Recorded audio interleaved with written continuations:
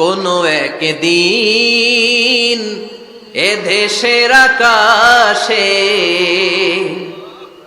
কালিমার পতাকা উড়বে।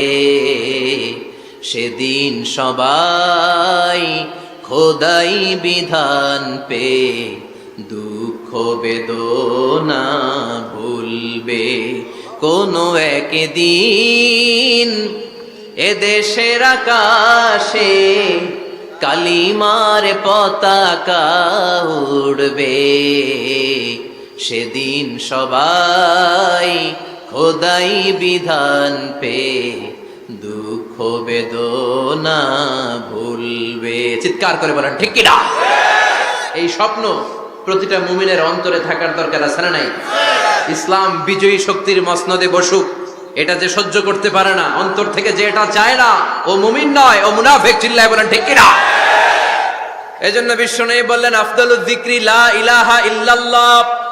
জিকিরের জগতে সব চাইতে শ্রেষ্ঠ জিকির হলো লা ইলাহা ইল্লাল্লাহ। এজন্য সব সময় এই চমৎকার শ্রেষ্ঠতম জিকিরটা দিয়ে জিহ্বাটারে ভিজায় রাখার দরকার আছে না নাই? Every night and every day, every night and every day, never forget to say La ilaha illallah. Never forget to say La ilaha illallah.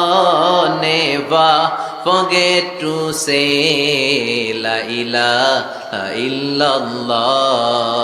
When you're walking down the street, use your time and repeat, and say in every heartbeat La ilaha illallah. And say in every heartbeat La ilaha illallah. And say in every heartbeat La ilaha illallah. সবাই পড়েন every night and every day, every night and every day, never forget to say La ilaha illallah. Never forget to say La ilaha illallah. সুবহানাল্লাহ পড়েন every night and every day, প্রতিদিন প্রতি সকালে never forget to say, এটা বলতে ভুলে যেও না যে এই বাণীটা বলতে নিষেধ করা হলো, বাণীটা হলো লা ইলাহা ইল্লাল্লাহ। আফদালুয যিকর, সংগ্রামী বাণী। এই বাণীটারে দিয়ে আমরা এখন ভিক্ষা করি। কথা কোন? ভিক্ষার মধ্যে এই বাণীটা আছে না নাই? এটা কি ভিক্ষার জন্য আল্লাহ পাঠাইছে? এটা এমন সংগ্রামী বাণী, এই বাণীর সামনে সবকিছু মাথা নত করতে বাধ্য। চিল্লায় বলেন ঠিক কিনা? এজন্য আমাদের জিকির যেন হয় শুধু আল্লাহর জন্য। তাহলে বুঝলাম শ্রেষ্ঠতম জিকির হলো লা ইলাহা ইল্লাল্লাহ।